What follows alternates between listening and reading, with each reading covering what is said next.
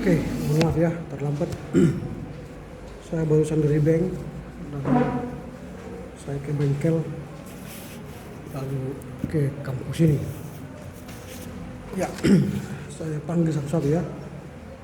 Adi Rizky. Oke. Aldes.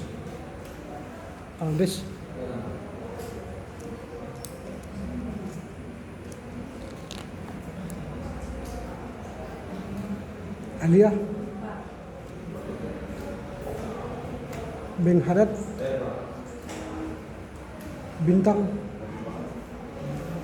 Darmayani, sorry. Deborah. Fani. Febi. Halimah. Harama. Indrika. Isak. Jacqueline. Jani. Jenita.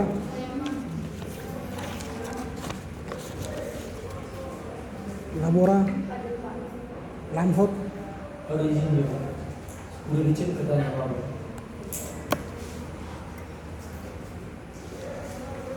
Apalagi izinnya nih? Kalau izin keluarga, Katanya sakit juga. urusan lain saya tidak mau dengar ya. Sakit apa dia? Kalau tahu katanya belum di kampung.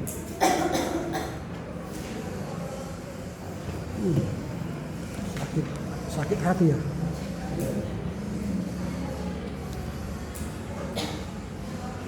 Lydia, Miranda, Monatalia, Nita, Oki, Wan, Payan,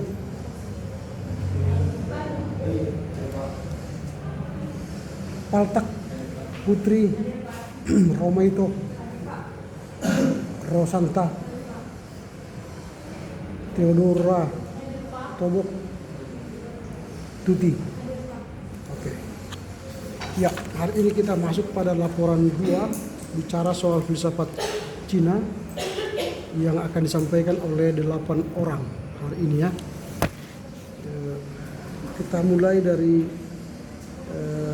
Halimah ya. Hah? Febi. Oke. Silakan Febi.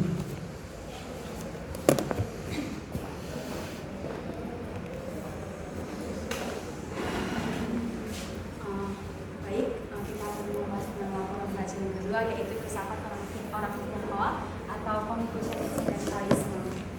Sebelum kita masuk ke dalam filsafat ini, tentu kita harus memiliki atau harus tahu apa tujuan kita untuk mempelajari filsafat Tionghoa atau filsafat orang Cina, yaitu supaya kita mengetahui pola pikir mereka, pola pikir orang Cina dengan cara berfilsafat orang Timur. Cina adalah suatu negara yang memiliki peradaban paling tua dan memiliki penduduk yang paling banyak di seluruh dunia.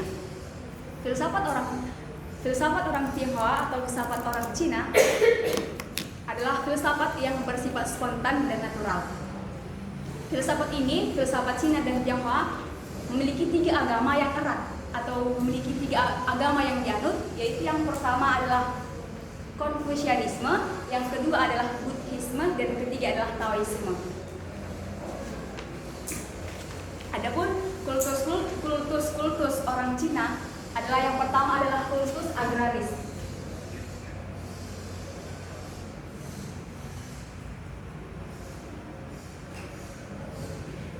Yang dimana kultus agraris ini adalah mereka masih mempercayai dan mereka masih meyakini bahwa di kultus agraris ini adanya penghuni alam, penghuni gunung, penghuni hutan, dan danau. Yang kedua adalah kultus nenek moyang.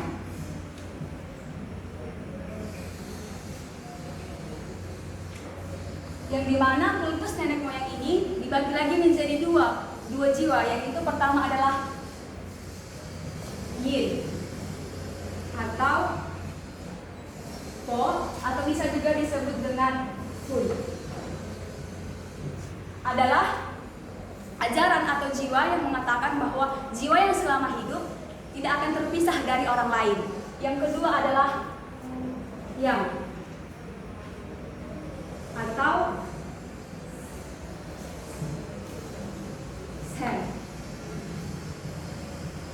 adalah yang ini mengatakan bahwa jiwa setelah mati akan berpisah dari tubuh atau rohnya. Dikatakan juga dengan jiwa yang paling rendah. Yang ketiga adalah kultus surgawi, yang dimana kultus surgawi ini mereka mempercayai di kultus surgawi ini adanya penguasa atau adanya pengatur musim dan iklim. Kita masuk ke dalam Taoisme. Taoisme adalah filsafat yang bersifat hermetis dan revolusioner, yang dimana ini adalah sejarah manusia yang pertama, sejarah manusia dalam peradaban manusia. Adapun perbedaan antara Taoisme dengan Buddhisme ialah yang adalah Taoisme merupakan cara atau pandang ke dunia, sehingga sikapnya lebih ke arah tentang alam dan kodrat. Sedangkan Buddhisme adalah sebuah agama yang memiliki seorang pendiri yang memberikan penekanan belas kasihan dan penyelamatan yang bersifat psikologis yang terarah ke dalam diri sendiri. Taoisme ini tokoh utamanya adalah Lao Tzu atau Lu Tzu, yang dimana Lao Tzu ini terkenal dengan bukunya yang berjudul Tai Te Ching, yang dimana Tai Ching ini adalah pengertiannya adalah Tai yang berarti jalan, Tao Te Ching, Tao yaitu jalan, Te adalah kuasa, dan Ching adalah klasik.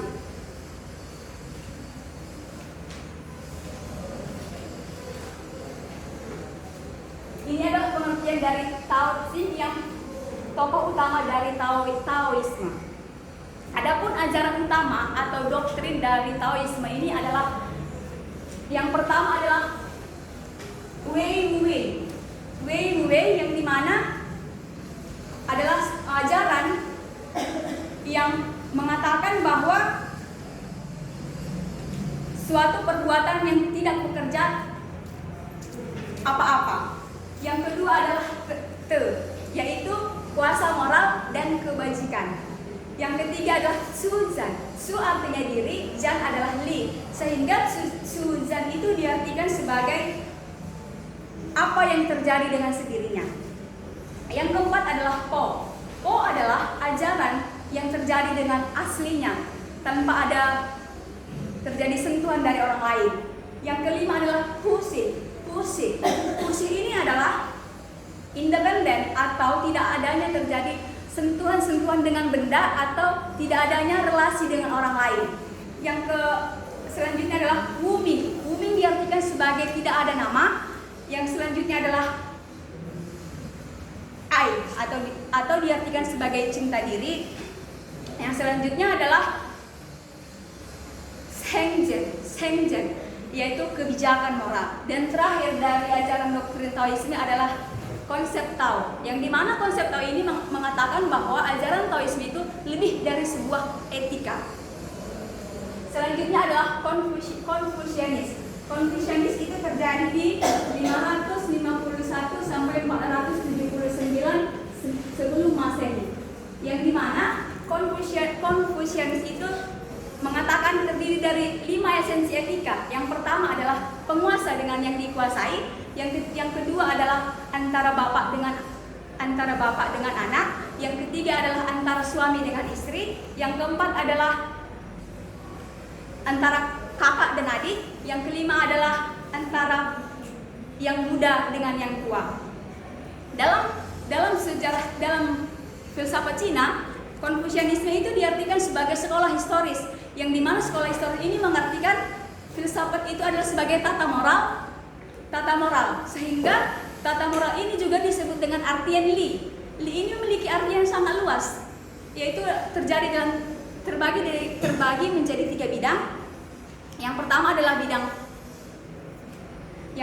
adalah bidang filosofi yang mengatakan bahwa li ini adalah sebuah tata sosial yang dijadikan sebagai feodal yang dirasionalisasikan. Yang kedua adalah li yang dijadikan sebagai filosofi bahwa li itu dikatakan sebagai tata sosial yang mampu menempatkan pada tempatnya. Yang ketiga adalah li dijadikan sebagai personal, yang dimana li itu diartikan sebagai keadaan batin yang saleh dan religius atau bisa dikatakan dengan iman. Sehingga li itu menjadi ajaran atau agama yang terjadi di Konfusianisme. Sekian penjelasan saya dari filsafat Tionghoa atau Cina. Terima kasih. Oke, terima kasih ya buat Ibu Hotna Sinaga. Ada perkembangan ya. Oke, selanjutnya kepada Halimah. Baik teman-teman, di sini saya akan menjelaskan tentang latar baca saya, yaitu filsafat Tionghoa, Konfusianisme, dan Taoisme. Filsafat Tionghoa atau filsafat Cina adalah salah satu bagian dari filsafat Timur. Cina merupakan salah satu peradaban paling tua di dunia, dan perlu kita ketahui bahwa negara Cina adalah salah satu negara yang memiliki penduduk terbanyak di dunia. Jika kita melihat secara garis besar pandangan hidup orang Cina, maka kita akan melihat kebudayaan orang Cina yang sangat manusiawi, sangat spiritual, dan sangat mistik. Filsafat orang Cina itu bersifat natural dan spontan, yang mana dapat dilihat dan terjadi di dalam kehidupan mereka sehari-hari. Ada 3 keyakinan yang berpaut erat dengan kehidupan orang Cina, yaitu Konfusianisme, Buddhisme, dan Taoisme. Mereka meyakini bahwa Taoisme itu adalah ajaran yang berbeda-beda namun memiliki tujuan yang sama. Dalam kehidupan orang Cina, dalam keyakinan orang Cina ada 3 kultus, yaitu kultus agraris, di mana mereka percaya bahwa kekuasaan terbesar mereka yakini ada pada penghuni hutan, danau, gunung, sungai, dan ngarai. Yang kedua, kultus nenek moyang, di mana mereka yakin bahwa nenek moyang mereka tidak meninggalkan mereka, dan nenek moyang mereka itu selalu berada di sekitar tempat tidur mereka, di kuil atau tempat peribadahan mereka. Yang ketiga yaitu kultus surgawi. Ini merupakan kultus paling tinggi dalam keyakinan orang Cina, atau sering juga mereka sebut dengan Huang Tian Shangti, yaitu sebagai pengatur sistem yaitu sebagai pengatur musim dan iklim. Yang kedua, Taoisme. Taoisme adalah filsafat Cina yang paling mistis dan revolusioner dalam kehidupan manusia. Filsafat Cina ini juga merupakan salah satu Taoisme ini juga merupakan salah satu cara berpikir yang humanis bagi masyarakat Cina. Taoisme ini juga dapat kita lihat sebagai cara berpikir atau cara memandang yang lebih terarah kepada alam, dan kodrat. Tokoh utama dari Taoisme ini adalah Lutzu, yang terkenal dengan bukunya yang berjudul Tao Te Ching. Dalam buku ini banyak memuat pemikiran-pemikiran dan filsafat Lao Tzu, yaitu terutama tentang bagaimana cara bersikap rendah hati. Beliau juga mengatakan beberapa prinsip dari Tao. Yang pertama itu Tao yang absolut, di mana tidak dapat disebut-sebut atau diberi nama maupun dibicarakan, seperti asal bumi dan asal surga. Yang kedua, oposisi relatif, di mana jika seseorang mengetahui bahwa keindahan itu adalah sebagai keindahan, maka akan segera muncul kejelekan. Yang ketiga yaitu Wu Wei, yaitu merupakan sebuah aksi yang terjadi tanpa adanya perbuatan. Yang keempat itu hidup untuk orang lain. Yang kelima itu usaha mengejar pengetahuan, di mana semakin kita mengejar pengetahuan, maka kita akan semakin tidak tahu. Selain itu, Laozi juga menyatakan bahwa doktrin dari Taoisme itu muncul dari 4 ajaran. Yang pertama yaitu Wei Wu Wei atau Initiation, di mana perbuatan terjadi tanpa adanya sebuah aksi. Yang kedua yaitu T atau kuasa moral maupun kebajikan. Ini merupakan hasil praktik dari Wu Wei. Yang ketiga yaitu Zuzan atau of itself, di mana yang berarti mengenai ajaran tentang yang terjadi dengan sendirinya. Yang keempat yaitu Po atau the natural states of things, di mana atau sebuah teori tentang ajaran diri yang asli. Selanjutnya tentang Konfusianisme. Konfusianisme ini adalah sebuah sekolah historis yang memiliki sistem filsafat moral dan sosial yang teratur dan tersusun. Konfusianisme ini juga dikenal sebagai, para sarjana Cina mengenal Konfusianisme ini sebagai agama Li atau agama tata moral. Konfusianisme ini tokoh utama dari Konfusianisme ini adalah Konfusius, yaitu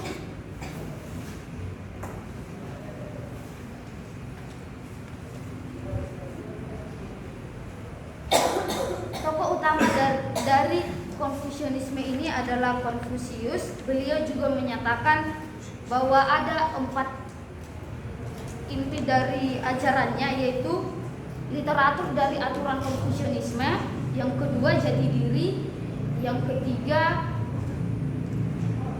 relasi sosial, dan yang keempat yaitu mengenai kepercayaan terhadap sesama relasi. Konfusianisme ini juga memiliki pandangan dasar, yaitu pandangan mengenai kodrat manusia, yang kedua ritus dalam pelaksanaan Konfusianisme, yang ketiga karakter dan moral, yang keempat doktrin yang menjadi jalan tengah dari ajaran Konfusianisme, yang kelima yaitu moral dan etika. Sekian hasil dari laporan baca saya. Terima kasih. Oke, bagus. Harama Munte.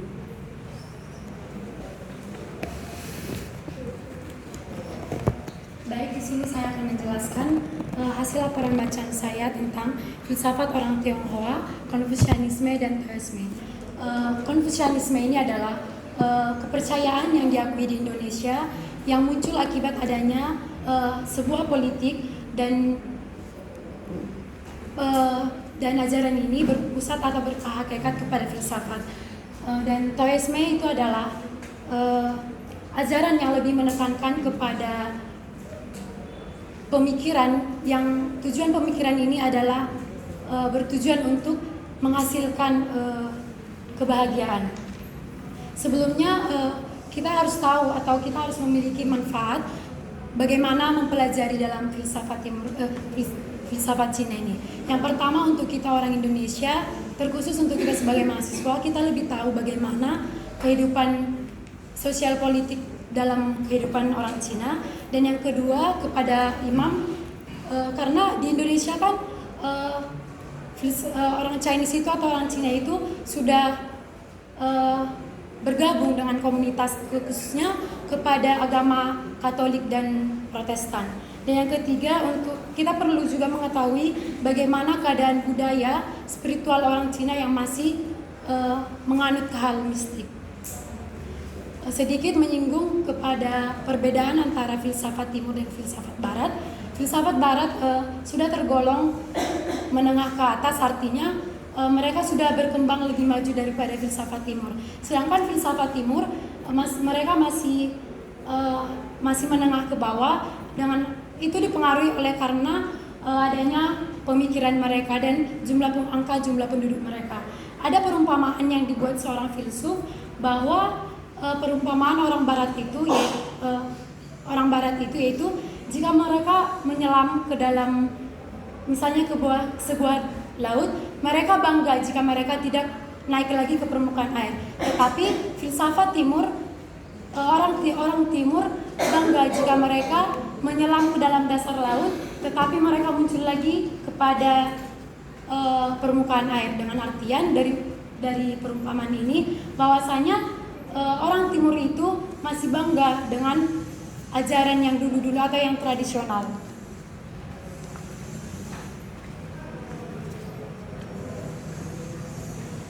Konfusianisme Cina dapat dilihat dari humanismenya.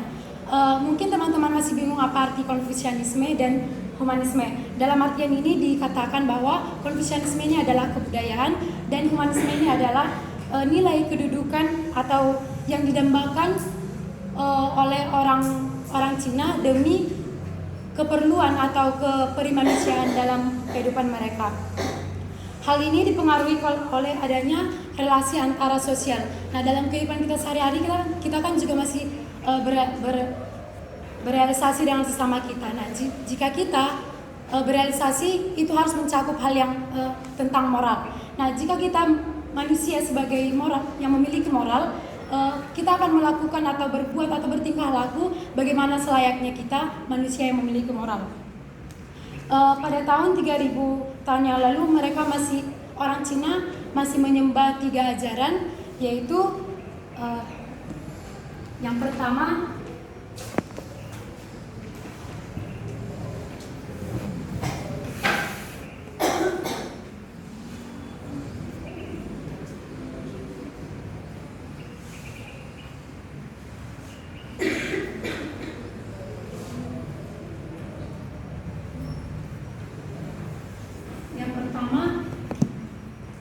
konstitusionalisme.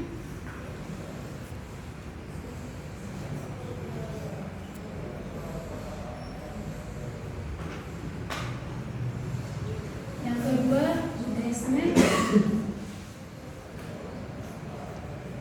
Dan yang ketiga Taoisme.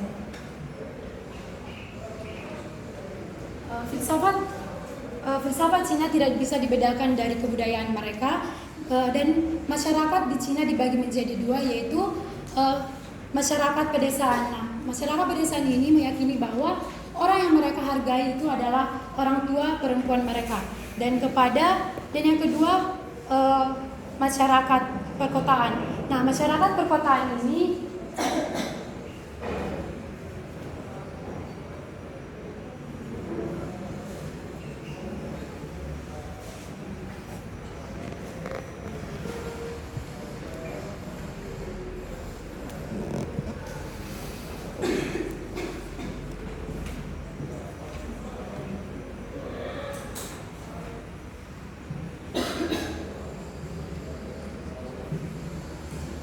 masyarakat dalam perkotaan ini masih menganut 3 kultus, yaitu yang pertama kultus agraris,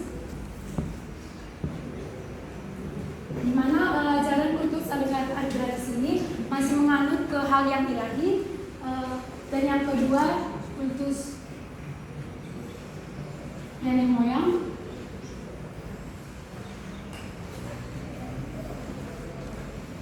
Dan yang ketiga, kultus surgawi. Kultus surgawi ini mereka meyakini jika mereka menyembah kepada putra surgawi, mereka percaya bahwa mereka akan menerima berkat, dan khususnya kepada kaum petani. Mereka pada tahun panen mereka akan meminta kelimpahan dalam panen mereka. Sejak tahun 1000 sebelum Masehi, ada tokoh yang bernama Xian Benqing yang berkembang di Tiongkok. Kemudian ada Lao Tzu yang lahir pada 550 sebelum Masehi. Ia terkenal karena yang menciptakan sebuah buku yang mencakup pelajaran bagaimana kita hidup dengan rendah hati. Kita masuk kepada Taoisme. Taoisme memiliki pengikut yaitu Zhuangzi. Sama seperti misalnya Paulus mengikut Kristus dan Plato mengikut Socrates. Orang Cina lebih tertarik pada pernyataan tentang peraturan dan moral. Ada beberapa doktrin agamanya, yaitu yang pertama Wu Wei, Te, Zu, Po, Pu, Wu, Ai, Sheng Zhen, dan konsep Tao.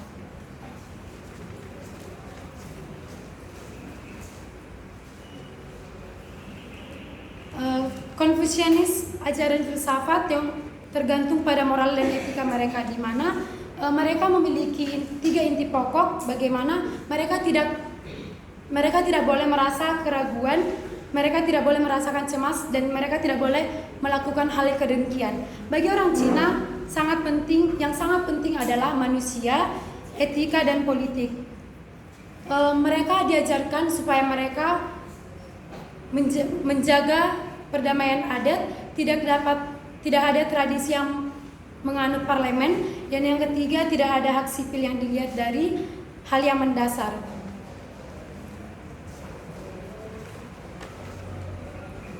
Ada sebuah pandangan Konfusius, yaitu pandangan yang dimana manusia masih berisikan akulturisme. Arti akulturisme ini adalah perhatian kesejahteraan, bagaimana kita lebih mementingkan orang lain daripada diri kita sendiri.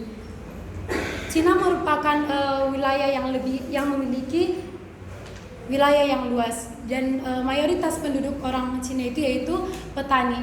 Orang-orang petani di sana lebih memperjuangkan hak milik mereka dari tanah mereka dan pertanian mereka, sehingga ada sebuah pemberontakan yang terjadi di sana dan mengakibatkan pertumpahan darah, atau demi memperjuangkan hak milik mereka menjadi sebagian dari mereka tewas. Pada tahun 1818 sampai 1883, Karl Marx berpendapat bahwa semua ajaran itu bersifat teoristis dan idealistik. Teoritisme artinya semua ajaran itu berdasarkan pikiran, dan idealistik ini artinya mencakup tentang mental. Tetapi Hegel mengarah kepada praktis dan mengharapkan dunia, baik alam dan pekerjaan. Hegel berpendapat bahwa jika kita bekerja, maka kita akan mendekati yang namanya alienisasi, yaitu pendapat tentang Karl Marx, di mana alienisasi itu adalah hubungan dengan kebahagiaan komunisme yang bertujuan untuk memperoleh Firdaus. Pada tahun 1949, Cina mengalami pengungsian atau pemindahan kepada negara-negara yang lebih maju, misalnya di bagian Asia, Filipina, Singapura, dan Malaysia. Nah, mereka ke negara tersebut karena dalam negara tersebut ada ajaran Cina dan masih menganut pendidikan Cina, dan di Filipina karena di Filipina masih ada kebudayaan Cina yang masih dipakai di negara Filipina. Dan di Indonesia mereka berkembang karena adanya perikanan atau industri, dan mereka awalnya hanya mengandalkan agamanya sendiri. Mereka berperan dalam hal bidang ekonomi di Indonesia. Mereka melakukan bahasa yang mereka lakukan di Indonesia yaitu bahasa Mandarin. Mereka juga mendirikan sebuah komunitas di Jakarta. Tetapi pada pemerintahan Soeharto menutup sekolah Tionghoa yang ada di Indonesia dan melarang untuk memakai adat di Tionghoa. Sedikit menyinggung di Tionghoa karena perekonomian mereka yang kurang, di sana terjadi penculikan anak-anak, di mana mereka akan menganiaya anak-anak tersebut dan mereka mengancam supaya mereka memperoleh uang. Demikian yang bisa saya sampaikan. Terima kasih. Oke, bagus ya. Lanjut kepada Indika Bepayosa.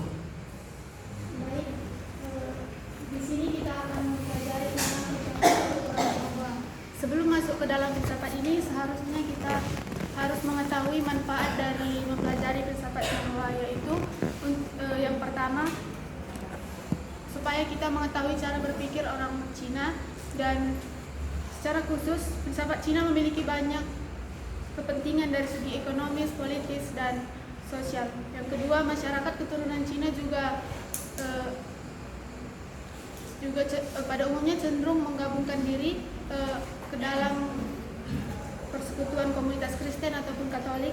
Dan yang ketiga, juga mempelajari filsafat berpikir Cina karena telah berhubungan dengan dialog antar agama, kebudayaan, dan kepercayaan atau aliran berpikir. Secara garis besar, filsafat Cina itu bersifat yang sangat manusiawi. Ini bisa dilihat karena sungguh dilihat dan dialami dalam hidup mereka sendiri. Di filsafat Cina, Konfusianisme ada yang namanya Konfusianisme, Buddhisme, dan Taoisme. Konfusianisme politik selalu berada di bawah tuntunan moral. Bagi Konfusianis Cina, yaitu peradaban mampu menghasilkan anak-anak yang baik, suami yang baik, dan sahabat yang baik, begitu juga dengan individu yang baik. Bahkan dalam kehidupan orang Cina selalu terikat dengan famili yang baik masih hidup ataupun yang sudah mati. Bagi orang Cina, mereka sangat mengenang orang yang sudah meninggal, karena baik itu dilakukan agar mereka yang meninggal tidak menjadi roh jahat ataupun roh penasaran sehingga membahayakan kehidupan manusia berikutnya. Oleh karena itu ada dua kelompok dalam kehidupan filsafat Cina, yaitu kelompok masyarakat yang hidup di dalam pedesaan, yaitu yang masyarakat yang percaya bahwa adanya simbol cinta bagi mereka, yaitu ketika memasuki musim semi dan musim bunga, dan juga mereka juga percaya bahwa simbol kematian bagi mereka adalah ketika memasuki musim dingin dan musim gugur. Dan yang kedua yaitu masyarakat perkotaan. Masyarakat yang tinggal di perkotaan yaitu hidup yang dalam agama feodal, yang artinya yang sudah bisa dibilang kolot. Selain itu mereka juga meyakini setiap wilayah memiliki penguasa. Di dalam filsafat Cina ada 3 kultus. Yang pertama yaitu filsafat agraris, yang meyakini bahwa adanya kekuatan ilahi yang membantu mendiami suatu tempat seperti lautan, hutan, dan juga gunung-gunung. Yang kedua yaitu filsafat nenek moyang, yang mereka mempercayai bahwa di rumah mereka masih ada, di dalam rumah mereka masih ada roh nenek moyang, sehingga mereka menyembelih bibit pohon di pojok rumah mereka di sisi yang gelap. Kemudian yang ketiga yaitu filsafat surgawi, yang di dalamnya ada sistem pengatur musim dan juga musim. Dan juga orang Cina mempercayai bahwa raja yang memerintah di surga adalah Tianhuang, dan putranya yang disebut surgawi yaitu Tianzhu. Kemudian yang ketiga yaitu Taoisme. Taoisme adalah tokohnya adalah Lao Tzu. Lao Tzu merupakan terkenal karena populer karena karangannya sendiri yang bernama Kitab Tao. Kitab Tao ini berisikan tentang alam berpikirnya Lao Tzu tentang bagaimana seharusnya rendah hati dan menghindari perkataan yang kotor. Prinsip Tao, ada beberapa prinsip Tao, yaitu bersifat absolut, adanya oposisi relatif, ada juga yang berpulau-ue yang artinya aksi tanpa perbuatan, ada juga prinsip tentang hidup untuk orang lain, ada juga prinsip tentang usaha mengejar pengetahuan yang berisikan bahwa semakin mengejar pengetahuan maka akan semakin kurang tahu. Kemudian yang terakhir yaitu prinsip tentang menghormati kehidupan. Filsafat Lao yang melahirkan Taoisme merupakan filsafat yang paling mistis dan revolusioner. Taoisme hanya berpandangan tentang alam dan kodrat, maka perbedaannya dengan Buddhisme yaitu berpandangan tentang belas kasihan dan penyelamatan. Ada 4 ajaran tentang Taoisme ya. Yang pertama yaitu Weiwei yang berisi tentang rahasia suatu perbuatan. Yang kedua Te yang berisi tentang praktik dari Wu Wei yang merupakan suatu prinsip harmoni yang paling mendalam, dan yang ketiga Tuzan yang berisi tentang apa yang terjadi dengan sendirinya. Lalu Po yang merupakan ajaran tentang diri yang asli. Ajaran Taoisme merupakan sangat esoterik, di mana seorang guru akan diam di hadapan orang asing dan mengandalkan kebijaksanaan ketika berhadapan dengan murid.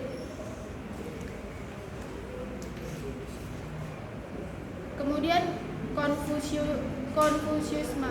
Ada beberapa pandangan dasar tentang Konfusiusme, yaitu yang pertama, pandangan mengenai kodrat manusia. Kemudian yang kedua, Konfusiusme itu adalah ritus dipandang sebagai bagian yang sangat penting dalam hidup.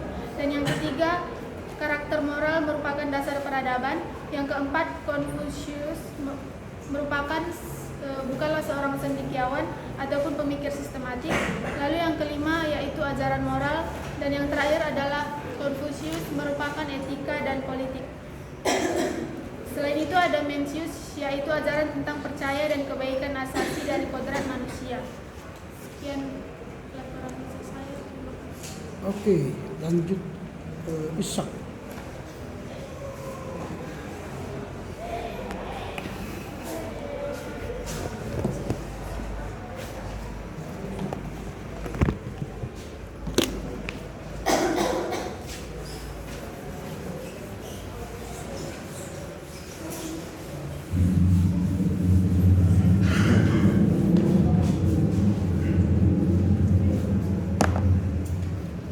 Baik, pada kesempatan ini saya akan membantu memperjelas apa itu filsafat Cina.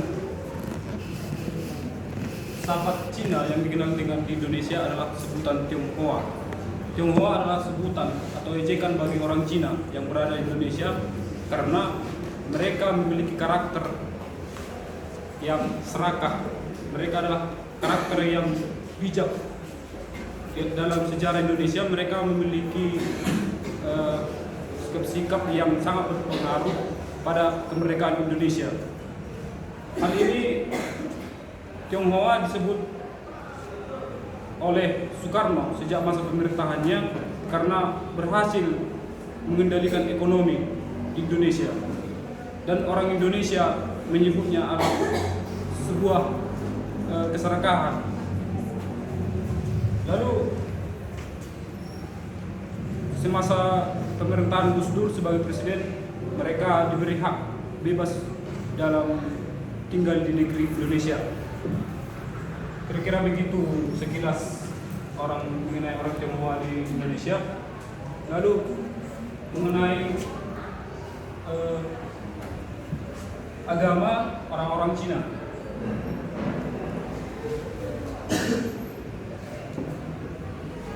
Ada orang Cina dibagi terhadap dua kelompok, yaitu yang pertama kelompok desa. Kelompok desa percaya bahwa kelompok desa memiliki tata moral, yaitu bahwa wanita yang paling dihargai adalah wanita tertua, dan wanita yang memiliki anak, lalu anak yang dihargai adalah anak sulung dan anak yang disayangi. Lalu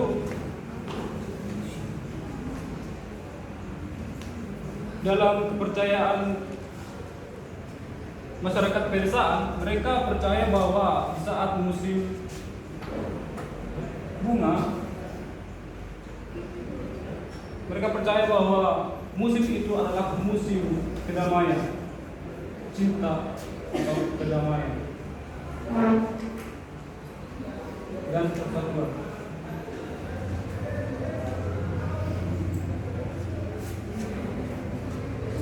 Dan pada musim gugur,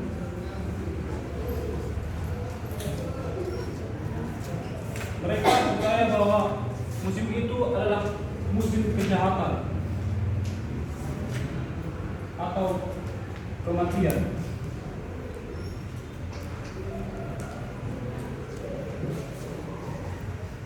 Untuk masyarakat perkotaan, Mereka memiliki 3 kepercayaan yang disebut dengan kultus, yaitu agraris,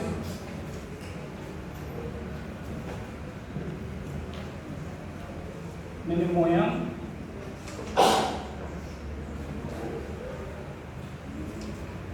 dan kultus yang percaya terhadap musim.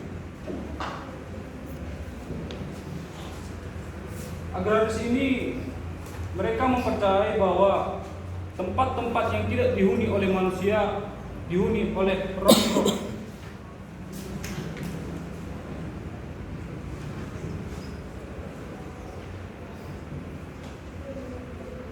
Lalu kultus nenek moyang, mereka memegang filosofi yin dan yang, di mana yin itu adalah jiwa yang hidup dan terhubung terhadap orang lain, itu disebut hun. Dan yang adalah jiwa yang mati dan merupakan level terendah dari jiwa, disebut zen.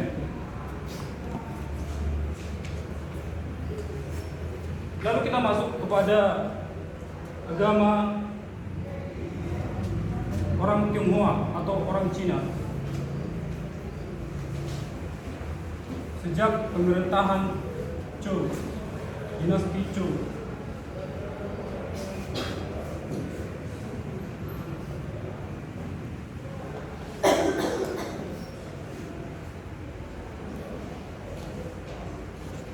yang pertama adalah lahirnya pemikiran pertama Confucius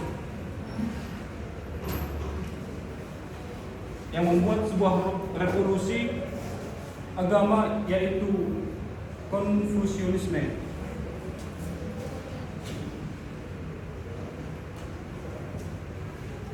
Yang merupakan pemikiran mengenai tata moral dan etika terhadap manusia.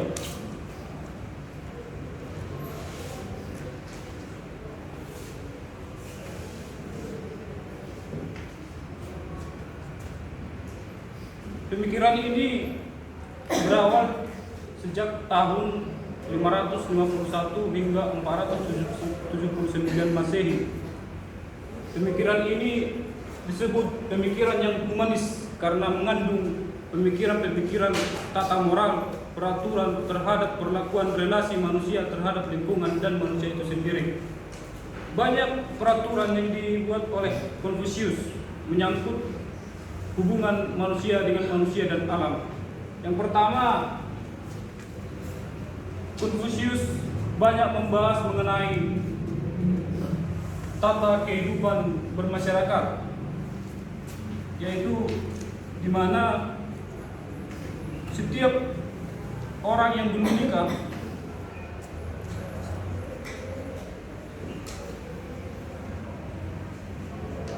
diharuskan untuk menikah.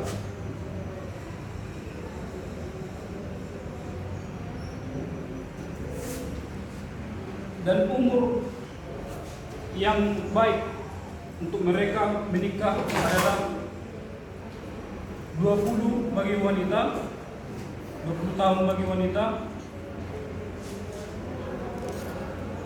dan 30 bagi pria.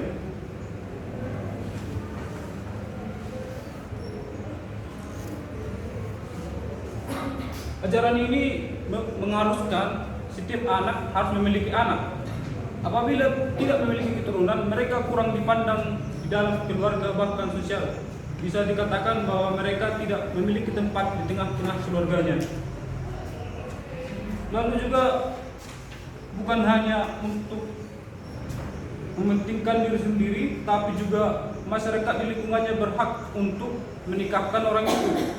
Dengan kata lain, mereka jangan membiarkan orang lain, keluarga orang lain hancur atau tidak baik.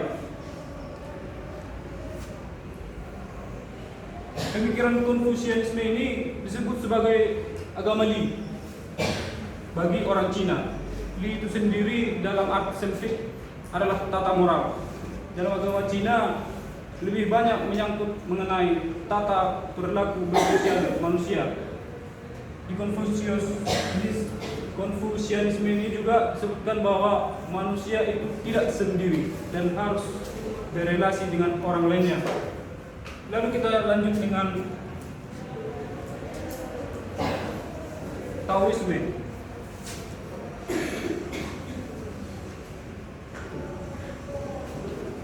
Di mana pemikiran ini ada sejak abad ke-6 oleh Tao Su.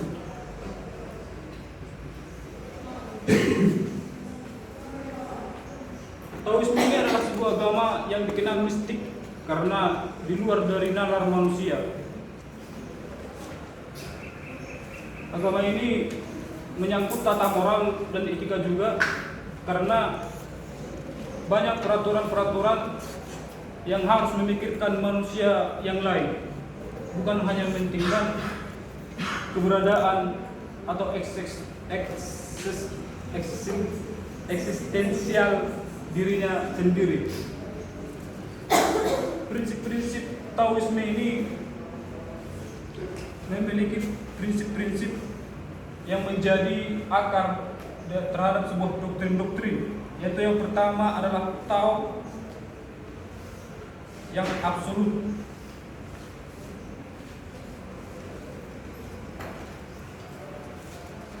Di mana prinsip ini memandang bahwa dunia ini memiliki banyak rahasia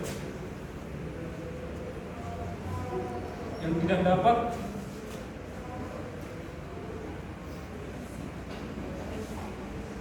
diketahui oleh manusia sendiri. Yang kedua adalah oposisi relatif.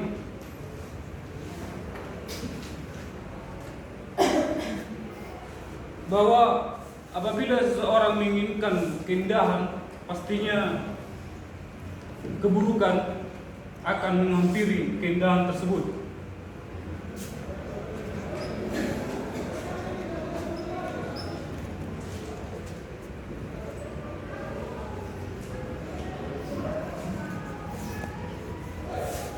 Yang ketiga adalah Wu-Wei.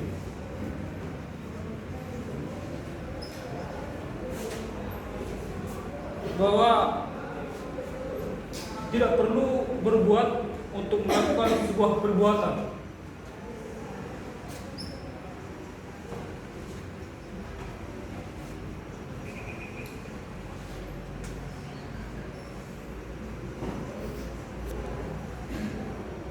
Yang keempat, hidup untuk orang lain.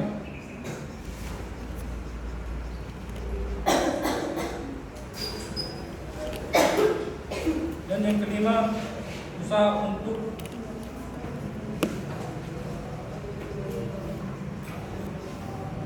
mengejar pengetahuan.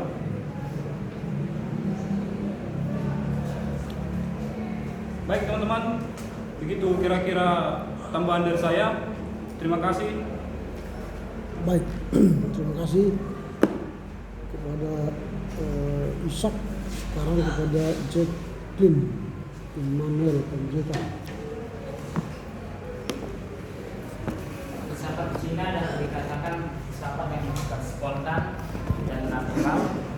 Hal itu dapat dilihat dari cara hidup mereka yang bersifat humanisme, yang terletak pada nilai-nilai atau relasi antar manusia.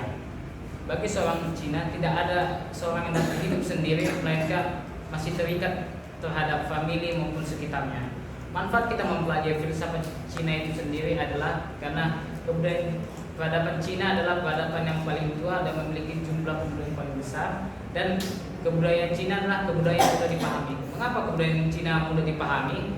Karena kebudayaan Cina adalah kebudayaan yang bersifat manusiawi sehingga mudah untuk dipahami. Pada kenyataannya banyak yang salah menganggap bahwa kebudayaan Cina itu tidak bersifat religius maupun spiritual. Tapi pada kenyataannya kebudayaan Cina adalah kebudayaan bersifat religius maupun spiritual. Taoisme merupakan filsafat yang bersifat revolusioner. Taoisme sendiri adalah merupakan cara atau pandangan hidup karena sikapnya lebih terarah kepada keluar, yaitu terdapat pada alam maupun kodrat. Tahu sendiri artinya itu jalan atau cara, sedangkan T artinya kuasa, moral, kebajikan. Sedangkan Jing berarti klasik. Seorang Taus akan menerima pendapat orang lain seperti pendapatnya sendiri, sehingga ia tidak perlu mengatakan bahwa pendapat orang lain itu salah ataupun benar. Tokoh Taus sendiri yaitu adalah Lao Zui, lahir sekitar 570 before Christ atau yang kita kenal sebelum Masehi.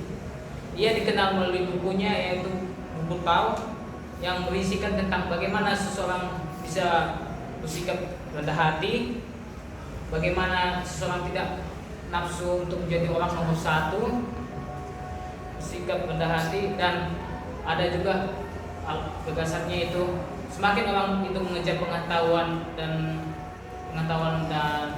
semakin orang mengejar pengetahuan, maka akan semakin berkurang pengetahuan yang ia dapatkan. Tahu sendiri yaitu jalan menuju tujuan akhir, yaitu kekayaan, kebahagiaan, dan keabadian. Konfusius yaitu 4 hal yang diajarkan, yaitu literatur, jati diri, pendidikan personal, jujur dalam relasi sosial. Keutamaan pokok ajarannya yaitu kejujuran dan keterbukaan, keterlibatan seluruh diri dalam pelaksanaan hukum, bertindak sopan santun dalam berperilaku dan beradab. Adapun sifat ajaran Konfusius ini sendiri itu bukan demi kepentingan orang lain, sopan dan taat pada hukum, kesederhanaan hidup, menghendaki damai dan membenci permusuhan dan percekcokan. Demokrasi Cina sendiri yaitu tiap orang yang berbakat dan memiliki kemampuan dapat memegang satu jabatan, tidak lagi berdasarkan darah ataupun berdasarkan keturunan, sehingga setiap orang berhak dapat menduduki suatu jabatan. Masyarakat dan pemerintah harus saling melengkapi dalam struktur negara. Sekian dari presentasi saya. Oke, lanjut Jani.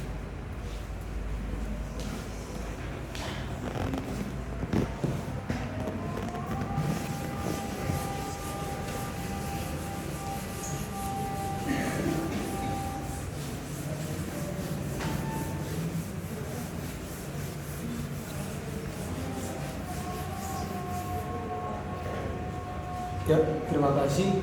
Di sini saya akan membahas tentang sekilas filsafat Cina dan Tionghoa.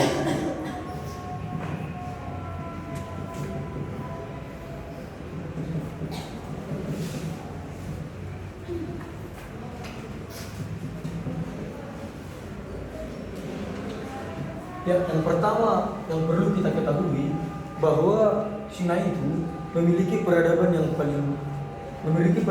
paling tua.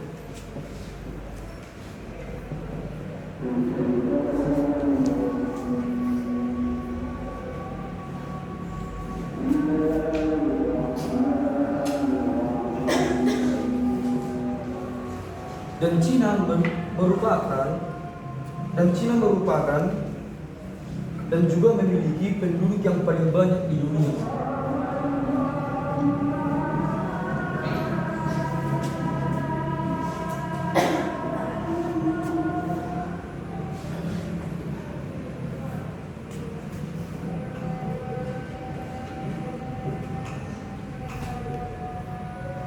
Dalam membahas filsafat Cina ini, kita perlu ketahui bahwa filsafat Cina ini sangat penting kita pelajari karena filsafat Cina memiliki arti dan makna yang sangat banyak.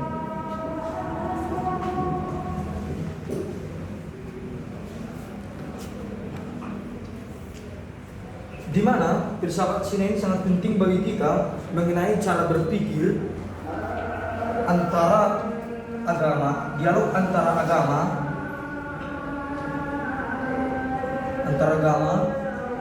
dan juga budaya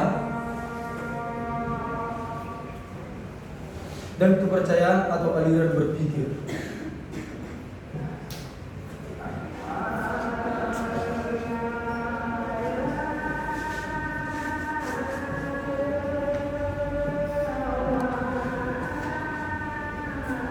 bagi orang Cina mereka tidak bisa hidup sendirian, tetapi mereka hidup dengan semua penduduk, dan bahkan mereka juga masih memiliki hubungan dengan orang yang sudah meninggal. Dan di sini dalam memahami filsafat Cina, sebelumnya kita perlu mengetahui sosial budaya mereka yang mempengaruhi filsafat Cina ini. Ada dua hal masyarakat Cina, yaitu yang pertama masyarakat pedesaan,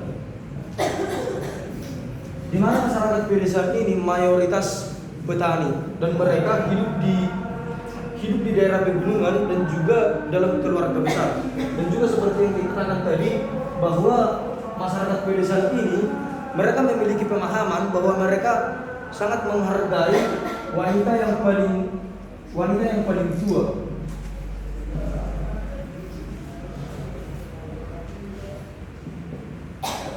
Dan bukan wanita yang paling banyak memiliki keturunan.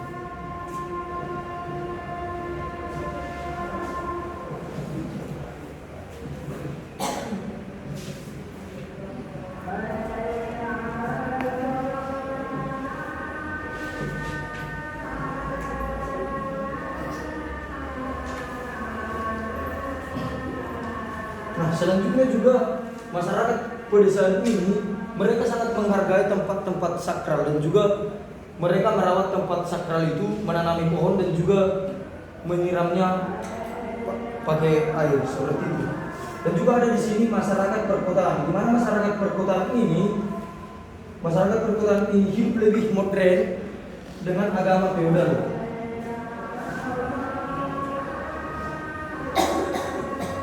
Masyarakat perkotaan ini sudah hidup lebih modern dengan agama feodal.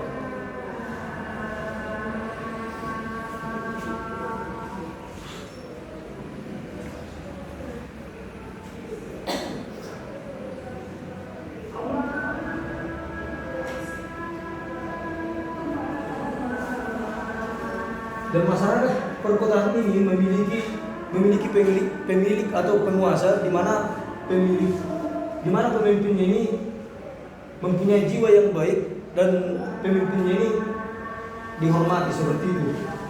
Nah, pada laporan bacaan ini saya akan menguraikan filsafat Konfusianisme dan juga filsafat Taoisme.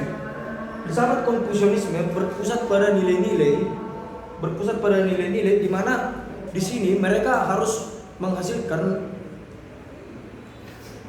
atau mampu menghasilkan anak-anak yang baik, suami yang baik, istri yang baik, dan bahkan juga mampu menghasilkan individu yang baik. Di Konfusianisme ini kita dituntut bersikap sebagai manusia dan juga mempunyai moral yang baik seperti itu. Dan juga pandangan-pandangan dasar Konfusianisme ini kita dituntut supaya mempunyai etika dan moral dan juga politik yang baik. Karakter moral merupakan dasar peradaban. Pandangan mengenai kodrat manusia juga.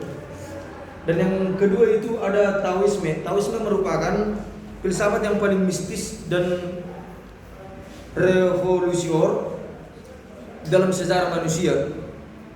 Prinsip Tao yaitu Tao absolut. Kita harus meninggalkan berbagai macam keinginan agar dapat melihat rahasia hidup. Yang kedua, Wu Wei, aksi tanpa perbuatan. Yang ketiga itu hidup untuk orang lain. Dan yang selanjutnya, usaha mengejar pengetahuan. Sekian dari saya, terima kasih. Oke, bagus. Terima kasih. Kemudian terakhir ini Jenita Lubanturuan.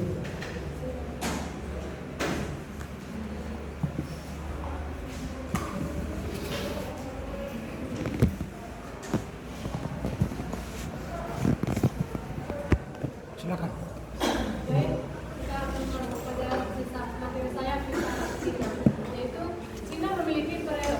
Peradaban yang tua dan merupakan negara paling berpenduduk paling banyak di dunia. Saat kita mempelajari manfaat ketika kita mempelajari filsafat Cina ada 3, yaitu yang pertama sebagai perluasan relasi perdagangan dan niaga. Yang kedua, mereka merupakan ladang kerja dan rekan kerja dan pelayanan kita. Yang ketiga yaitu dialog antar agama. kebudayaan, kepercayaan atau aliran-aliran. Di sini juga dikatakan kebudayaan Cina itu bersifat sangat spiritual, artinya mistik. Filsafat Cina dikatakan sebagai filsafat yang bersifat spontan dan natural karena dilihat dari cara hidup mereka sendiri. Di Cina Konfusianisme dilihat sebagai humanisme Cina karena bersifat berpusat pada nilai-nilai dan ajaran moral. Bagi seorang Konfusian tidak ada pengetahuan tentang hal yang esensial dan eksternal. Seorang individu dikatakan matang secara moral apabila ia bersikap selayaknya manusia dan mempunyai harga diri. 3 agama yang terpaut di Cina yaitu Konfusianisme, Buddhisme, dan Taoisme. Bagi orang Cina mereka tidak dapat dikatakan mereka tidak dapat hidup sendiri, melainkan selalu terikat dengan keluarga, baik yang masih hidup ataupun yang sudah mati. Filsafat Cina sendiri tidak dapat dipisahkan dari cara hidup mereka, dan di Cina ini terbagi menjadi 2 kelompok masyarakat. Yang pertama masyarakat pedesaan dan masyarakat perkotaan. Masyarakat pedesaan ini yaitu prinsip pandangan hidup mereka, anak dari saudari sulung sangat disayangi, setiap tante dipanggil mama, wanita yang paling dihormati adalah yang paling tua, bukan yang paling banyak memiliki anak. Nah, di masyarakat Cina, masyarakat pedesaan ini juga mengembangkan kehidupan agraris dan bercocok tanam. Di sini juga tapi yang paling penting adalah humanisme dan harmonisasi baik antara mereka dan juga antara mereka dengan alam sekitar. Yang kedua itu adalah masyarakat perkotaan. Percaya yang terdapat di masyarakat perkotaan itu ada 3. Yang pertama kultus agraris, yaitu mereka sangat mempercayai kekuatan ilahi atau yang menguasai itu sungai, danau, ngarai. Dan yang kedua itu yaitu bagi kultus agraris ini, dunia itu bersifat plural, sedangkan surga itu satu. Yang kedua itu adalah kultus nenek moyang. Nah, di kultus nenek moyang ini mereka menganggap bahwa mempercayai bahwa nenek moyang mereka masih tinggal bersama mereka, baik itu di tempat tidur, di kuil, dan tempat peribadatan mereka. Yang ketiga itu adalah kultus surgawi atau yang paling tinggi disebut Huang atau Hao atau Tao, Hao, Tisangti. Ini adalah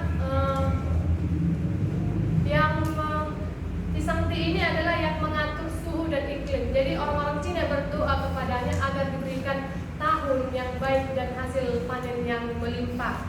Jadi selanjutnya sekitar tahun 1000 sebelum Masehi, bangsa Xiang dan Jin berkembang pesat di sepanjang Sungai Kuning atau timur tengah Tiongkok, tengah utara Tiongkok. Suku ini memiliki peradaban yang tinggi, tua, dan kaya. Mereka mampu membuat barang-barang dari perunggu dan mengembangkan irigasi dan kreatif dalam membentuk kata-kata yang menjadi dasar pokok perkembangan karakter tulisan Cina. Jadi bangsa ini kemudian dikuasai oleh dinasti Zhou yang dikenal dengan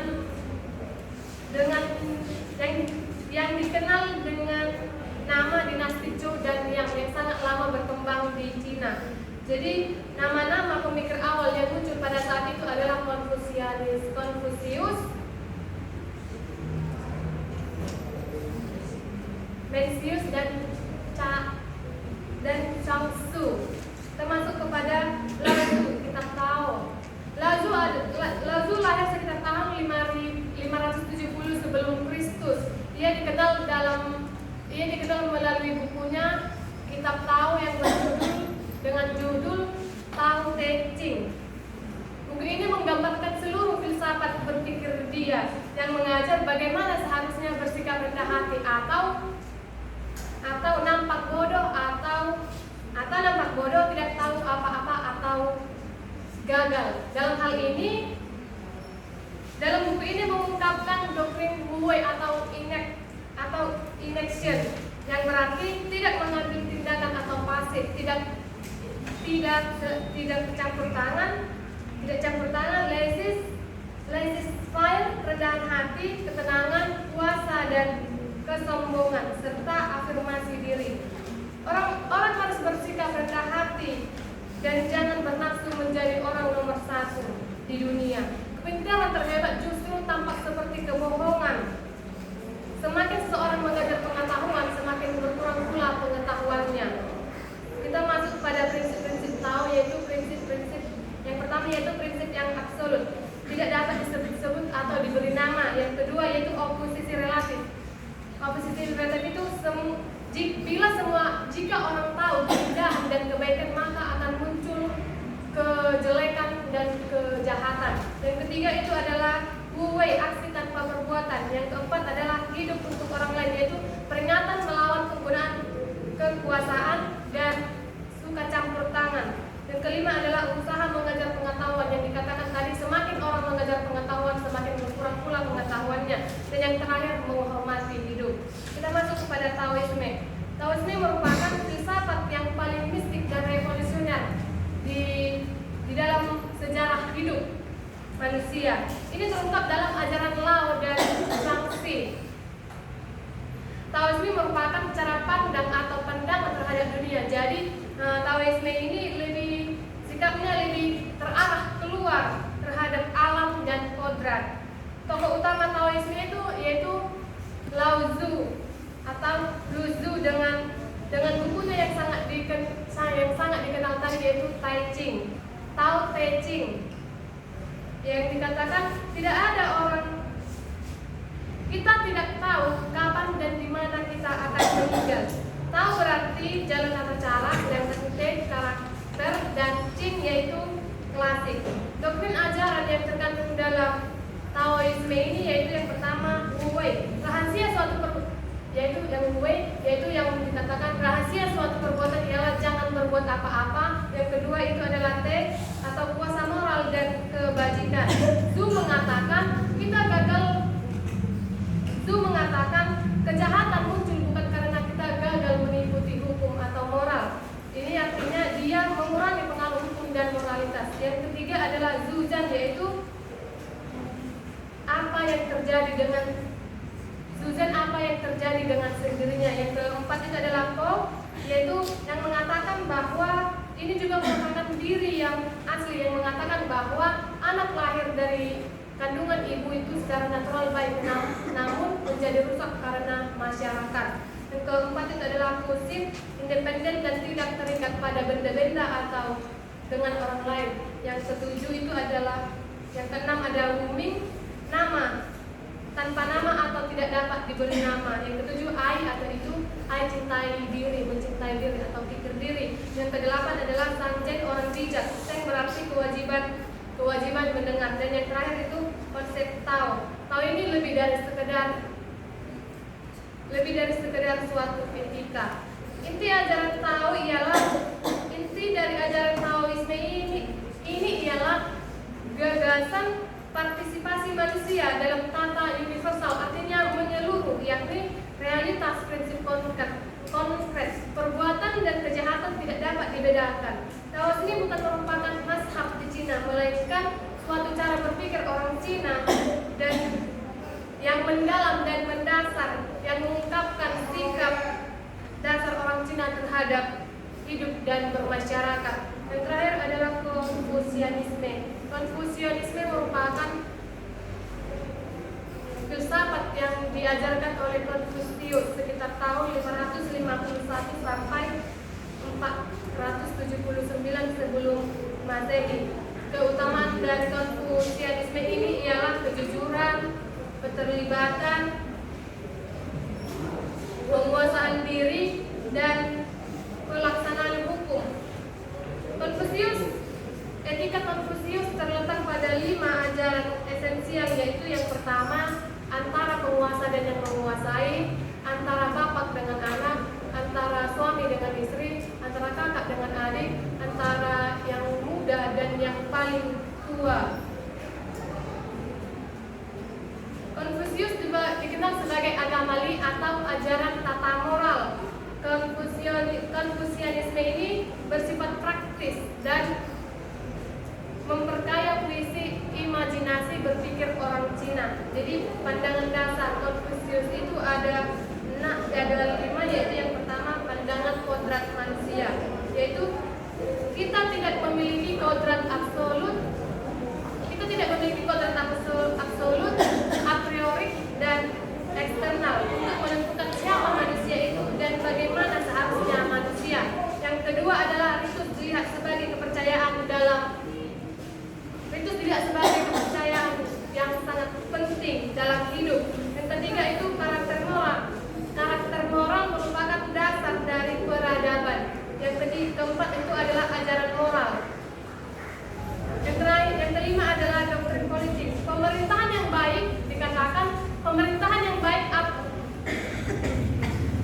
yang baik akan berjalan dengan baik apabila terdapat manusia yang baik. Sebaliknya apabila tidak ada manusia baik, maka pemerintahan itu pun tidak baik. Yang terakhir itu rasa moral adalah ciri khas manusia.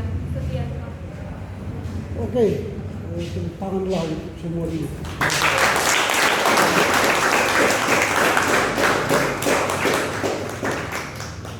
Ya,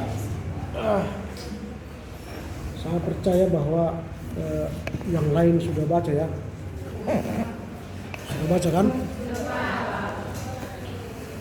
Karena kalau yang di depan ini sudah baca, maka yang lain pun harus baca buku ini, buku Konrad Subung.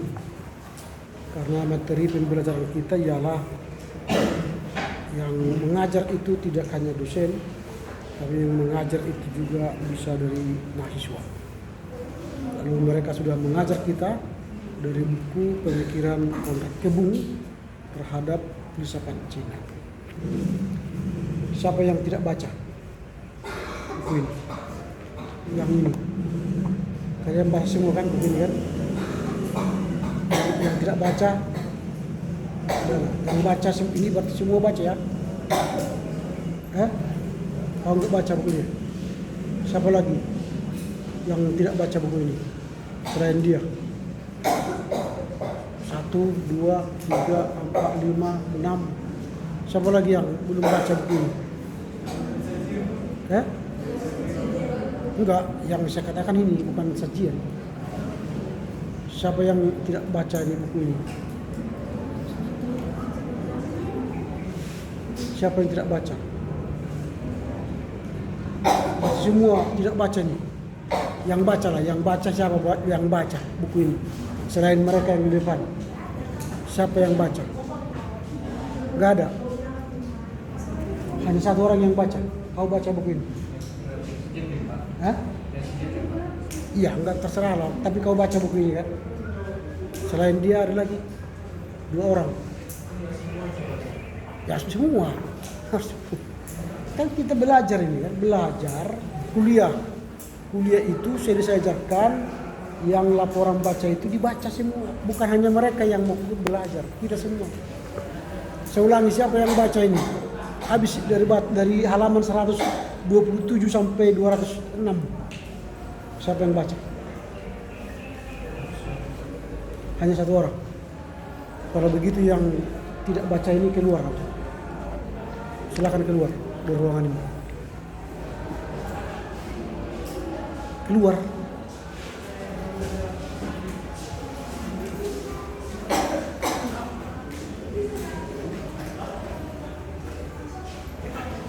silakan keluar, cepat.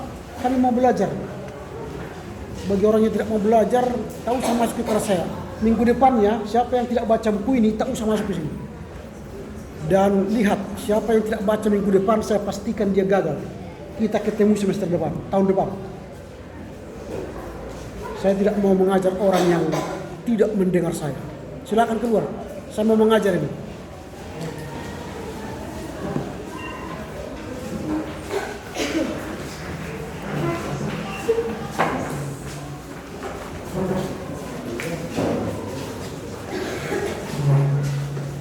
Dan yang tidak membaca ini sudah saya kurangi nilai ya. Kalau di sini, Pak. Sudah ada.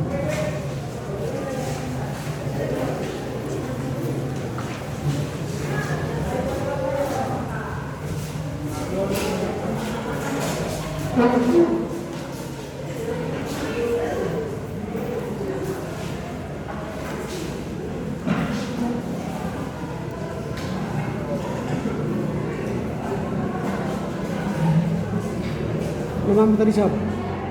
Namamu siapa? Siapa? Paltak Situmora. Ya, nanti sampaikan ya Konti kepada teman-temanmu yang super pistar itu, super pandai itu, bahwa minggu depan siapa yang tidak baca ini, saya akan keluarkan dari ruangan ini dan saya pastikan dia gagal. Ketemu tahun depan, biar tamat kalian 6 tahun dari sini. Saya tidak mau main-main dengan orang yang tidak belajar. Saya ngomong tidak didengar, itu penghinaan namanya. Minggu yang lalu, 2 minggu yang lalu sudah saya katakan siapa yang semua harus baca buku ini. Tidak hanya kalian. Kita sedang kuliah di sini, bukan sedang main-main. Kalian dibiayai orang tua kalian di sini, makan, minum, berak, kencing pun dibayar di sini. Masa untuk baca buku 100 halaman pun gak mampu. Lebih baik keluar dari situ ini. Banyak lagi sekolah-sekolah lain yang mungkin bisa tempat kalian belajar. Di sini harus serius belajar. Kalian sudah semester 4. Kalau masih seperti anak-anak SMP, SMA belajar, tak usah masuk dengan saya. Ya, sampaikan nanti kepada mereka. Kalian pikir saya ngomong ini seperti radio rusak-rusak. Saya di sini bukan radio rusak-rusak. Saya di sini adalah dosen yang mengajar kalian. Tidak mau tunduk dengan saya, cari dosen lain yang mau mengajar kalian. Tapi yang mau tunduk dengan saya, silakan bertahan dengan saya. 2 orang pun nanti bertahan sampai akhirnya saya ajar. Tapi kalau banyak tidak punya otak, lebih baik keluar dari ruangan saya. Oke, filsafat Cina. Kalian tadi sudah mempresentasikan apa itu filsafat Cina. Tapi kalian belum sampai akhir. Karena kalian tidak membaca pemikiran Konrad Kebun secara utuh menyeluruh. Konrad Kebun menyampaikan bagaimana filsafat Cina itu. Filsafat Cina itu natural. Filsafat Cina itu alamiah. Filsafat Cina itu sangat mudah dimengerti, humanis. Memang tidak logis seperti filsafat Barat. Tapi filsafat Cina itu memiliki daya magis. Makanya filsafat Cina itu sangat tertarik, sangat menarik untuk dipelajari. Bahkan dia membuat alegori filsafat Cina itu seperti orang yang menyelam sampai ke dalam, lalu dia muncul lagi. Dan dia bangga kalau muncul di permukaan air. Tapi filsafat Barat, mereka menyelam ke bawah tapi tidak muncul lagi. Artinya filsafat Barat itu mati, nggak tahan. Tapi filsafat Cina bertahan. Lihatlah filsafat Cina bertahan sampai di mana-mana. Dikatakan kan tuntutlah ilmu sampai ke negeri. Tidak pernah dikatakan sampai ke Jerman kan, sampai ke Amerika kan, atau sampai ke Australia. Tidak pernah. Kemana? Ke Cina. Kan orang Cina itu pintar. hebat filosofinya, di mana-mana mempengaruhi dunia ini. Filsafat Cina banyak mempengaruhi kehidupan manusia di dunia. Karena Konfusius itu adalah orang yang humanitarian, humanis. Ajarannya keluarga. Ajarannya menghargai orang-orang tua, menghargai perempuan yang tua, menghargai kakak adik, menghargai semuanya. Tidak ada filsafat sehebat mereka menghargai keluarga. Luar biasa Cina ini. Lalu filsafat Cina ini hidup di dunia pedesaan dan perkotaan. Di dunia pedesaan itulah mereka menghargai alam, menghargai bumi. Obat-obat Cina itu datang dari alam. Tidak mau mereka menggunakan kimia. Kimia kan Eropa Barat. Cina alergi dengan kimia. Pengobatan Cina itu alamiah, dari alam. Nah ini hebatnya Cina. Lalu pemikiran mereka sangat magis. Itulah makanya ada Taoisme, ada Konfusianisme, ada Zen. Itu yang memengaruhi kehidupan mereka. Nah, lalu bagaimana pemikiran-pemikiran Tao, pemikiran-pemikiran Konfusius, pemikiran Zen hidup dalam pemikiran orang Cina? Diajarkan dari ajaran-ajaran Tao, ajaran-ajaran Konfusius dan ajaran-ajaran Zen. Itulah makanya mereka sangat magis. Dan itu diminati oleh orang. Lalu bagaimana kehidupan orang Cina bertemu dengan filsafat lain, maksudnya komunisme dan maksudnya Marxisme. Ketika komunisme masuk, mereka tidak terpengaruh. Walau mereka gunakan itu. Ketika masuk Marxisme, mereka tidak terpengaruh, tapi mereka gunakan itu. Tapi dimasuki dengan filsafat Cina. Walau beberapa minggu yang lalu saya katakan, walau mereka memilih filsafat atau kehidupan komunisme, tapi kehidupan bernegara mereka tidaklah komunis. Ini hebatnya Cina. Makanya mereka sekarang bisa nanti mengalahkan Amerika. Amerika takut loh sama Cina sekarang. Mereka sudah 5G. Amerika masih proses 5G kan. Yang mengejar Cina sekarang 5G ya Jepang. Nanti kita baru belajar 5G, mereka sudah 6G. Kehebatan Cina. Kehebatan industri, kehebatan teknologi mereka melebihi yang lain. Nah ini. Lalu kemudian mereka di berbagai dunia ini punya pengaruh. Misalnya di buku ini, kalau di Jepang mereka namanya simfoni kan, Sina Filipino kan, Simpino. Mereka punya pengaruh misalnya. Di Amerika mereka punya Cina Tao. Di Afrika juga ada Cina Tao. Di Indonesia, nah ini ditulis oleh Kebu. Di Indonesia, Cina itu mengambil peran mulai sejak awal Indonesia ini berdiri. Dalam BPUPKI, yang merumuskan BPUPKI itu orang Cina, termasuk orang Cina. Lalu Indonesia merdeka, masuk dalam pemerintahan Indonesia itu orang Cina. Menteri Kesehatan pertama itu orang Cina. Artinya orang Cina itu memiliki pengaruh dan peran yang sangat penting di Indonesia. Tapi zamannya Soeharto, Cina itu dibredel. Merek-merek yang bernama Cina dihapus, dilarang. Budaya-budaya Cina dilarang. Tidak boleh Cap Gomeh, tidak boleh Imlek, tidak boleh apapun perayaan Cina. Mereka benci dengan Cina. Nama-nama Cina harus di-Indonesiakan. Kalau dulu namanya misalnya Cap Gomeh harus menjadi Paulus kalau di agama Kristen, atau menjadi Muhammad kalau di Islam. Semua nama-nama gereja Tionghoa harus dirubah, akhirnya menjadi GKI. Semua dirubah, tidak boleh.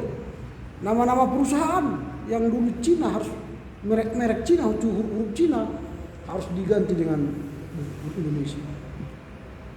seluruh warga negara Indonesia yang keturunan Cina dibuat WNI keturunan. Padahal mereka itu bukan WNI keturunan.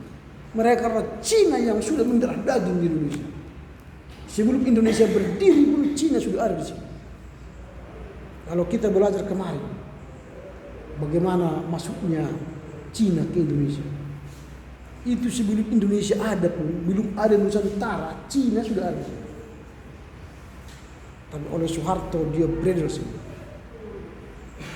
Lalu pahlawan yang paling besar bagi Cina ialah Abdurrahman Wahid tahun 2000 yang memberi kesempatan kepada orang Cina saya bebas-bebas di Indonesia. Cap Gome Imlek itu dijadikan menjadi libur nasional dan menjadi agama ke-6 Konfusius di Indonesia. Dulu 5 agama nasional, sekarang 6. Itulah kemerdekaan bagi orang Cina.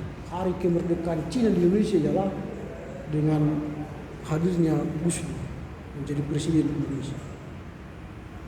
Inilah sejarah yang dicatat oleh Konrad Kinot. Dan kalian tidak laporkan seperti itu. Yang saya harapkan seperti itu cara berpikirnya. Kalian membaca buku itu runut dan kalian mengerti sehingga kalian menjelaskan kepada pendengar, mengajarkan filsafat Cina. Banyak filsafat Cina loh di sini. Kalian ambil aja satu. Tidak usah kalian semua jelaskan ini. Tapi apa yang kalian mengerti dan jelaskan itu cukup. Itu yang perlu dalam laporan baca. Kalau kalian tulis semua, baca semua itu berarti kalian memindahkan lagi membaca apa yang kalian tulis. Tapi kalian baca apa yang kalian tulis itu juga tidak gunanya. Tapi kalau sampaikan apa yang kau tahu itu jauh lebih penting. Ini yang harusnya kalian kerjakan. Nah, itu yang saya katakan tadi, kalian tidak sampai ke akhir. Kalian terfokus kepada Taoisme, Konfusius, lalu yang lain kalian abaikan. Bagaimana pengaruh demokrasi di Cina, bagaimana pengaruh Marxisme, komunisme, lalu bagaimana perkembangan mereka di Filipina, lalu masuknya ke Indonesia, ke Cina daratan, kalian tidak jelas. Karena apa? Kalian tidak melihat runtutan cerita itu dengan baik. Jadi kalau membaca buku sekali lagi seperti itu, paham, jangan jijak. Ada yang mengatakan tadi seperti sisa dia mulai dari belakang, Cina di Indonesia, padahal itu kan di belakang. Jadi mulailah dengan dulu. Ada tadi di kelas pagi seperti itu, dia jelaskan Taoisme, Konfusius, baru dia jelaskan bahwa Cina itu ada di pedesaan, ada di perkotaan. Itu kan jijak, tidak serunut, tidak sistematis cara bercerita. Kalau kalian bercerita ke teman-teman SD atau teman-teman sekolah minggu, tidak runut ceritanya, malas mereka dengar. Tapi ceritakanlah dengan baik sehingga pendengarnya tertarik, mengerti, memahami. Inti bercerita ialah orang lain mengerti, memahami. Bukan soal detail cerita yang kalian sampaikan. Detail tapi tidak sampai ke ujung pun nggak ada gunanya. Ada yang bahas Taoisme dalam sekali, yin yang katanya, tapi tidak sampai ke ujung, nggak ada gunanya. Tapi kalau kalian menjelaskan yin yang lebih dalam boleh, tapi selesaikan sampai cerita dengan baik. Yin dan yang itu adalah sebuah cerita pemahaman mistisisme orang Cina. Yin itu dingin, yang itu panas. Maka kalau setan itu yin, kalau roh itu yang. Kalau setiap ada yang, yin tidak akan masuk. Di mana ada panas, yang dingin tidak akan masuk. Tetapi di mana ada dingin, yin selalu masuk. Maka orang yang kerasukan setan berarti dalam dirinya ada yin. Ada yin, dingin. Maka kalau kalian sering di sini kesurupan, dalam dirimu ada yin, ada dingin. Supaya jangan kesurupan, buatlah dirimu, rohmu yang panas. Dan hanya roh Tuhan yang bisa membuat tubuhmu, rohmu panas. Makanya kalau pergi kalian ke rumah, ada setan di rumah itu biasanya lari ke kamar mandi. Karena itu dingin. Tidak mungkin setan masuk ke kamar. Karena di situ ada panas. Itu. Jadi kalau kalian kesetanan berarti kalian penuh dengan jin. Kalau bahasa Islam itu jin. Jin itu dingin. Kalau tubuhmu dingin, hati-hati. Kau suka kesurupan. Tapi kalau tubuhmu panas, artinya ada kuasa Yesus dalam dirimu, dalam rohmu ada kuasa Roh Kudus. Entah setan apapun tidak akan bisa masuk ke dalam dirimu. Maka ketika kau baca firman, berdoa, maka tubuhmu akan menjadi hangat, dilindungi oleh malaikat Tuhan. Maka kamu tidak akan kerasukan setan. Itu kalau bicara yin dan yang. Membangun rumah pun harus ada yin dan yang. Harus perhatikan. Perhatikan rumah Cina. Kalau ada pintu seperti ini, dia tidak akan membangun kamar di depan pintu ini. Karena itu nanti yin menerobos langsung masuk. Kalau rumah Cina, ini rumah, ini pintu utama, pagarnya pasti di sini. Pintu masuk. Kalau orang Batak, ini pintu rumah, ini pagar, di sini pintunya loh. Itu jin, yin. Makanya banyak orang masuk, mati. Di sini mati. Orang Cina tidak mau seperti itu. Di sini pintu utama, gerbang pintu masuk di sini. Setelah masuk, dia akan belok ke kamar utama, ke ruang tamu, baru masuk ke kamar utama. Biasanya begitu. Dapur itu akan lebih rendah dari ruang makan. Itu filsafat Cina. Makanya lihatlah filsafat Cina. Rumah-rumah orang Cina itu ditata dengan baik. Rumah orang Batak segi 4. Pintu dapur sampai pintu utama sampai pintu belakang tembus. Makanya nggak ada yang tinggal. Kalau dalam filosofi Cina harus tinggal di rumah. Makanya dia belok, tinggal. Makanya mereka tidak suka angka 4. Makanya tidak ada mall lantai 4, tidak ada hotel lantai 4. Di mana-mana kalau milik Cina tidak ada lantai 4 hotel atau mall. Selalu dari 3 langsung lompat 5. Atau 3A, 3B langsung 5. Karena 4 itu angka mati bagi Cina. Cina lebih suka angka 8 dan 9. Karena dia tertutup. Berkat yang dia dapat dia tutup. Dia pegang. Kalau 4 itu terbuka, habis. Dimakan burung, dimakan orang, diambil orang. Mereka enggak suka. Kalau mau pintar, belajarlah filsafat Cina. Kalau mau kaya, belajarlah filsafat Cina. Lihatlah Cina di Indonesia ini. Dulu miskin, baru datang ke Indonesia. Sekarang, lihatlah. Di pusat kota siapa? Di pusat kota Medan, Cina. Sampai ke Jakarta nanti di pusat kotanya siapa? Cina. Kalau ada rumah besar, rumah siapa? Ketika dia hidup rumahnya besar, ketika mati kuburannya besar. Lihatlah kuburan Cina.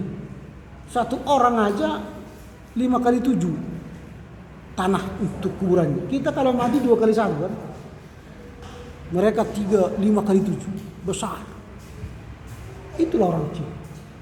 Menguasai waktu hidup dan menguasai waktu mati. Kalian waktu hidup pun tak bisa menguasai, apalagi mati. Iya kan? Makanya filsafat Cina ini kalian pelajari. Kalau mau sukses, belajarlah orang Cina. Tidak mau bangun sebelum burung berkicau. Itu Cina. Orang Cina perhatikan, kalau kalian tetangga dengan Cina, jam 5 sudah bangun. Karena bagi mereka tidak boleh matahari melampaui hidupnya. Jam 6, kalau kau tidur sampai jam 7, matahari melewati tubuhmu. Itu artinya matahari mengambil berkat dari. Makanya orang yang bangun jam 7, lihat mukanya pasti pucat dan tidak sehat. Makanya kalau kau ingin sehat dan sukses, bangunlah sebelum jam 5. Sebelum burung berkicau. Saya puluhan tahun melaksanakan. Kalau saya tidur jam 3 atau jam 4, saya akan bangun jam 5. Kalau mau sukses. Makanya belajarlah kepada orang Cina. Oke, sampai di sini. Kalian mau makan, nanti lapar kalian nggak punya makan. Silakan, siapa yang mau berdoa?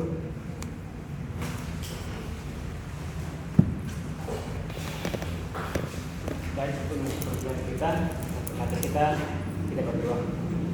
Bapa Surgawi, Bapa yang kami sembah melalui nama Yesus Kristus Tuhan kami, pada siang hari ini ya Tuhan, kami tetap bersyukur atas berkat yang telah kepada kami satu persatu, sehingga kami bisa melaksanakan kebutuhan kami, yaitu mengenai filsafat Tionghoa ya Tuhan. Ya Tuhan, apapun yang kami pelajari dalam satu hari ini, kiranya itu bisa berguna untuk masa depan kami. Dalam Yesus Kristus kami berdoa dan bersyukur hanya kepada-Mu. Amin. Amin. Oke, selamat siang.